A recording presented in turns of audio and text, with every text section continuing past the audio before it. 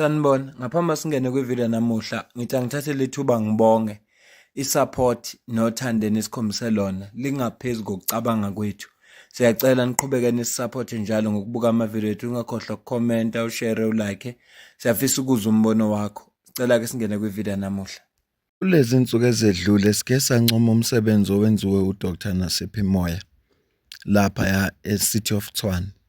Kodwa ke noma kunjalo bakhona abafuna ukulanda okubi nababheka okuba kwenzile. Siyazi ukuthi iTshwane kuyaphathwa iDA. Akuzange kube namehluko ngakanani and uDr Nasiphi Moyo unonyaka owodwa 1 year ebamsene nalethimba lakhe asebenza nalo lapha. Kodwa sesizibonile inguquko. iDA ke kule insuku ezedlule iveze ukuthi iCity of Tshwane izospenda 777 million rand kuma water tankers. Sesilikhulume kakhulu udaba lama water tankers nalento okuthiwa ama water tank mafias.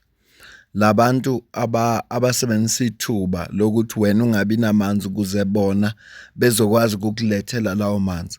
Kodwa kuvele sengathi ba prioritize bona kunokuthi balungise i-infrastructure noma inqalasizinda ukuze abantu bathola amanzi. Sizokhuluma ngalolo daba ke la nokunye kakwenzile uDr Nasiphi Moyo. Lena ipost ebhalwe uSerious Brink oyimember yeDA, uyi-mayoral candidate for iDA yangonyaka ozayo.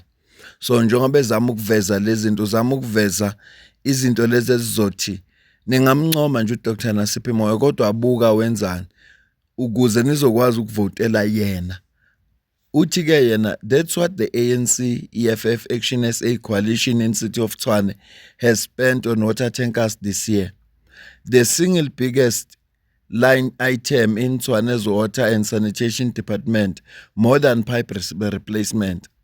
When water from taps cost less, residents have to ask who benefits from this water tankers jackpot.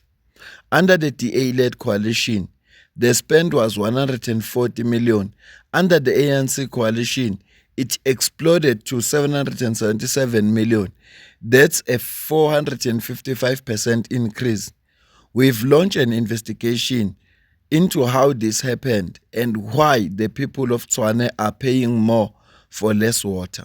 Akagcinaka ke ngokubhala le post uphinde futhi wabizwa kuma radio station acabanga amabili ahlukene ukuthi akazochaza le ndaba 777 million athi spendwe ile coalition ANC EFF ne Action SA lapha eTshwane. Wachaza indlela achaze ngayo kodwa uDr Nasiphi Moyo nethimba lakhe lelo libonayo ku screen bakhona kodwa abangekho kodwa nje nethimba lakhe bathatha igxathu lokuthi bethi namhlanje bazobe bene press briefing lapho bezocacisa kahle khona yonke into.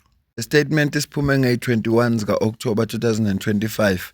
Isihloko sithi City of Tshwane to take residents into confidence on water tanker expenditure. Sifundeka kanje, the City of Tshwane note the allegations published by News24 regarding expenditure on water tanker operations. The report makes serious claims about the city's financial management and accountability, which the administration takes the utmost seriousness to ensure transparency and provide clarity to residents and the media. The City of Tshwane will convene a media briefing on Thursday, 23 October 2025 to address the issues raised and update the public on the facts of the matter. Dr. Moyo will be joined by members of the mayoral committee and senior officials. The city remains committed to transparency, fiscal accountability, and responsible management of public resources.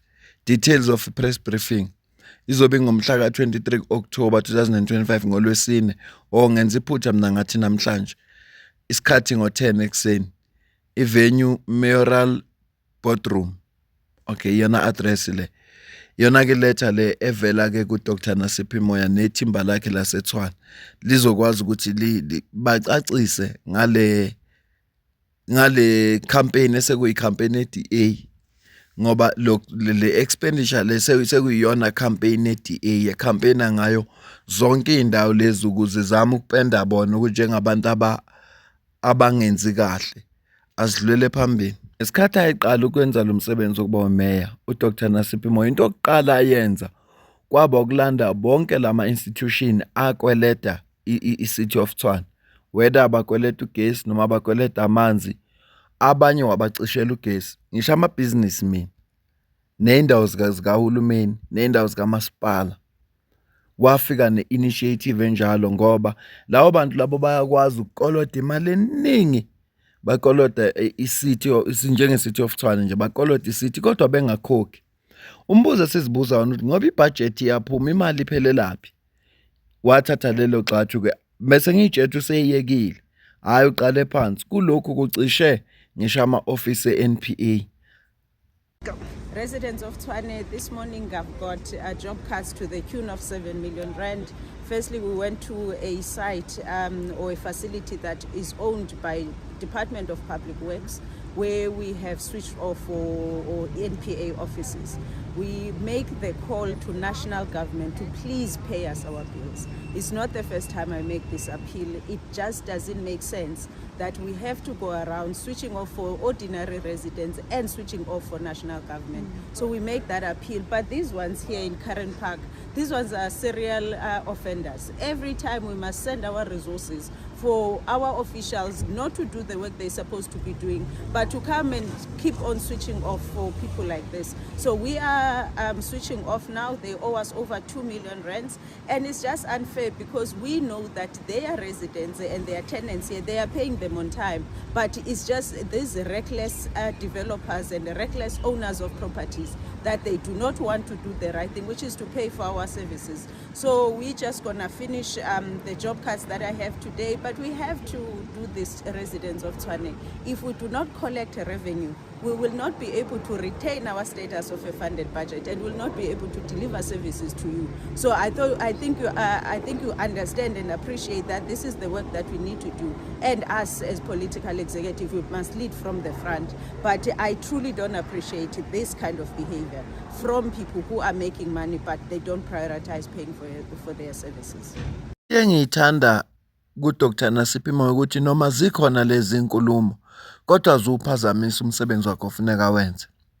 Ingakho ethe ithuba lokukhuluma lizoba ngoLwesine lapho bezo-addressa konke efuneka bazi-addresse, kodwa bona kulesikhathi bayasebenza.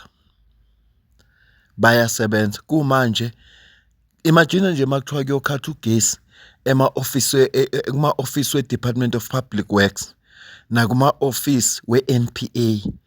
Basetha yiphi example if bona abakhokhi rent yabo kodwa ibudget bayayithola, kanti lo muntu ofuneka akhokhe imali yerent nogesi uyisaphi imali? Uyisaphi uma engakhokhi? Ngokudlule wafike wacisha isibhedlela, wacisha ugesi esibhedlela esasikoloda over 1 million. Kwakuyisibhedlela sabantu abangaphilanga kahle emqondweni, kodwa uDr Nasiphi Moyo wafike wasicisha. Samsola-ke, sibaningi samsola, kodwa emveni kokucisha babona ukuthi fanele bakhokhe ngoba sekumnyama.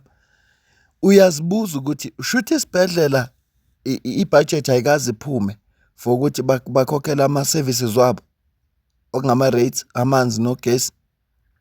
So iyangijabulisa lento ukumbona ecishela ama-office amakhulu njengo-NPA ngoba shuthi bona bekho responsible ne-Department of Public Works namanye.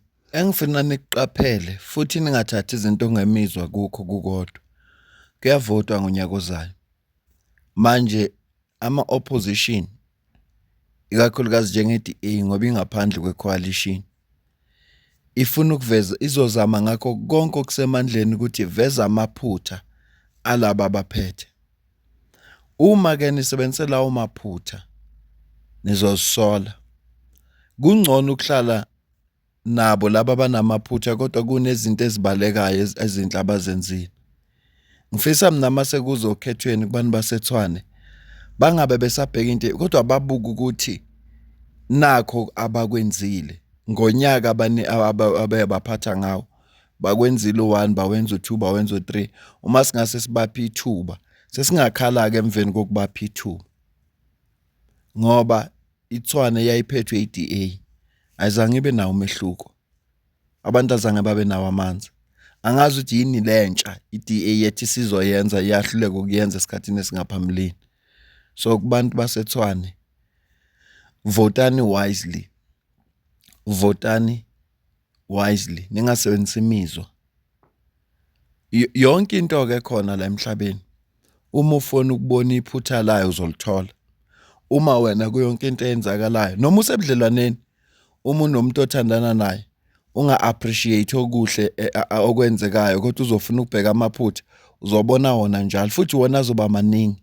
Ngeke futhi uzibone izinto lezi ezinhle ngoba njengoba sinabantu sinjalo, nawe ngokwakho nawakho amaphutha. So kubantu ke baseTshwane ukuthi bazodecide ukwenza njani ngonyaka ozayo. Mina nawe sidibane kwivideo elandelayo. Ngiyabonga.